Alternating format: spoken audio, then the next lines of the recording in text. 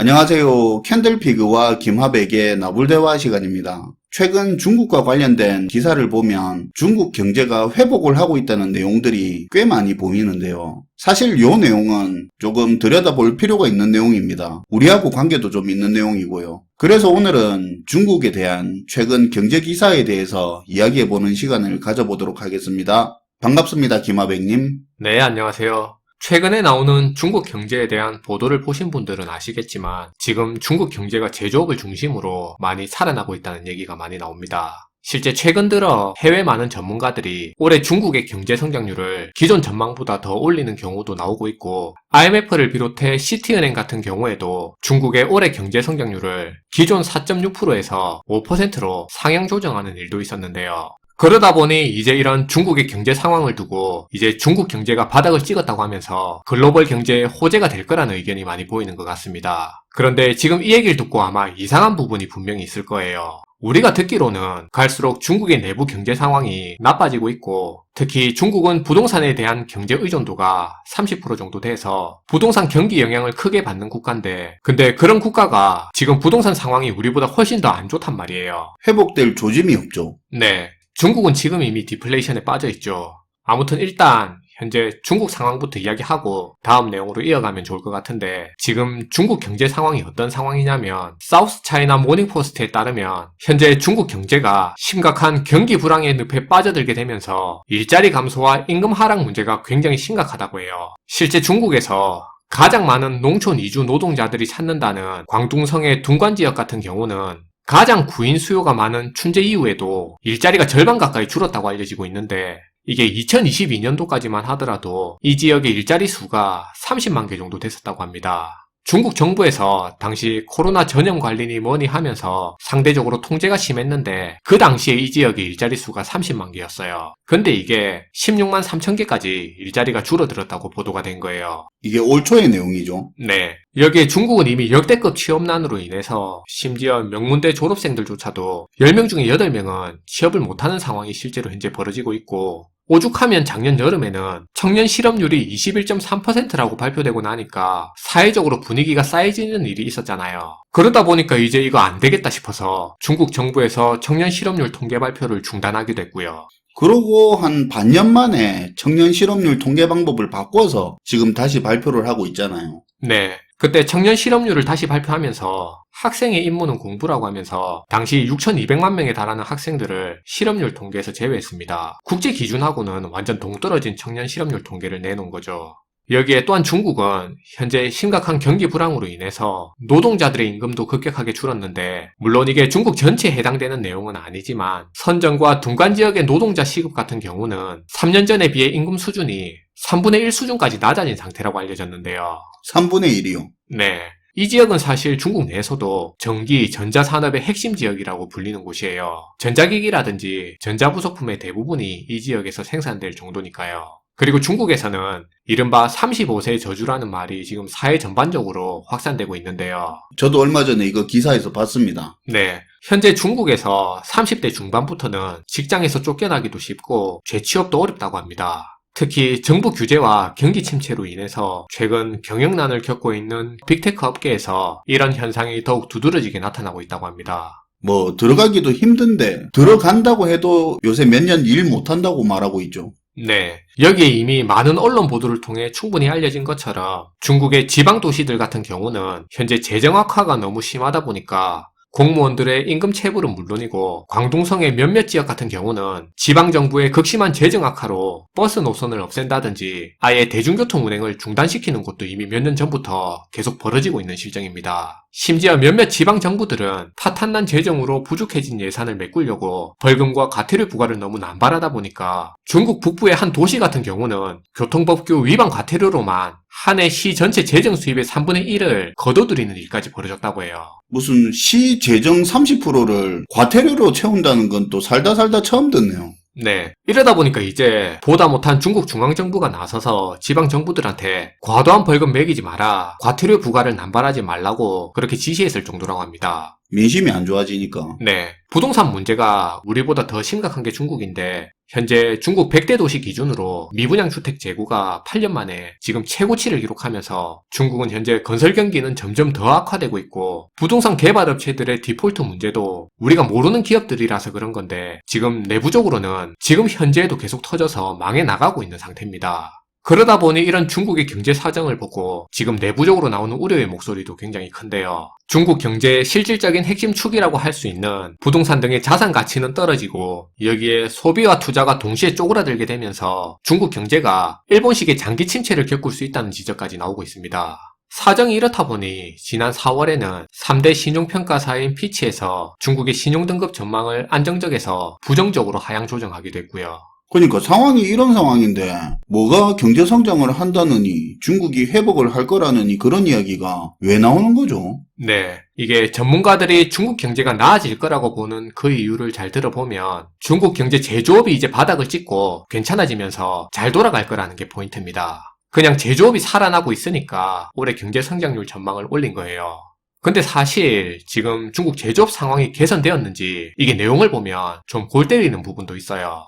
먼저 첫 번째로 다들 잘 아시는 것처럼 중국 대기업의 상당수는 사실상 주인이 정부와 지방정부인 국영기업들입니다. 그리고 이들 국영기업들이 부동산 투자를 비롯해서 시설 투자나 공사품 제조까지 중국 내부 경제에서 만들어내는 소비와 투자 수요가 엄청 많고요. 그래서 일반 기업들 같은 경우는 이런 지방정부와 국영기업하고 계약해서 물건을 납품하는 경우가 많은데, 혹은 이런 지방정부와 국영기업하고 계약한 1차 밴드, 2차 밴드의 하청으로 들어가서 거기에 납품하는 경우가 많은데, 그런데 앞에서도 말했다시피 국영기업, 지방정부 할 것 없이 재정 상황이 다 안 좋다 보니까 일반 기업들이 물건을 생산해서 납품을 하고도 대금 결제가 안 되는 겁니다. 그러니까 팬데믹 이후로 물건을 생산해서 납품하고도 돈을 못 받고 있던 상황이 그동안 계속 지속됐었던 거죠. 그러면서 망해서 쓸려나간 회사들도 엄청 많았고요. 그나마 살아남은 회사들은 그동안 제품을 계속 생산하면서 납품을 하는데도 불구하고 한 달 뒤에 줄게, 석 달 뒤에 줄게 하면서 계속 돈을 못 받는 상황이 이어졌던 겁니다.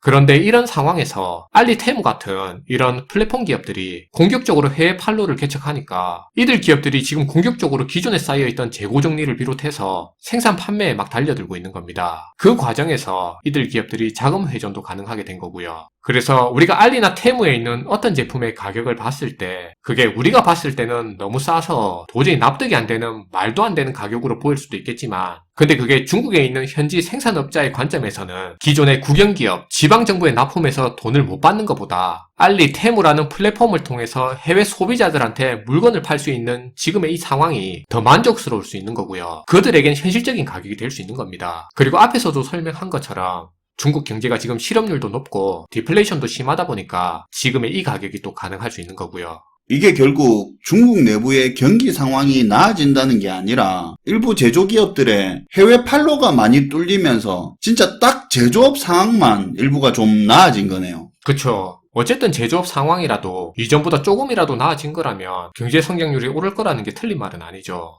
그리고 다른 한편으로 또 봐야 할 문제가 중국 경제가 그동안 성장해 오면서 과도한 생산 설비 증설로 인해서 이른바 생산시설 과잉 문제가 지금 엄청 심각한 상황인데, 이러다 보니까 이렇게 늘어난 생산시설을 무조건 가동시켜서 기존에 생산된 제품을 막 밀어내기 식으로 공장을 계속 돌려야 되는 겁니다. 과잉 증설됐다 하더라도 생산 설비를 그냥 놀릴 수는 없으니까요. 특히 석유화학 제품이나 철강 같은 경우 제품을 생산하는 방식의 특징상 설비를 멈출 수가 없죠. 그래서 이런 제품군들 같은 경우에는 일반 최종 소비자들을 상대로 판매하는 제품이 아니더라도 밀어내기 식으로 지금 굉장히 저가의 제품을 풀어대고 있는 겁니다.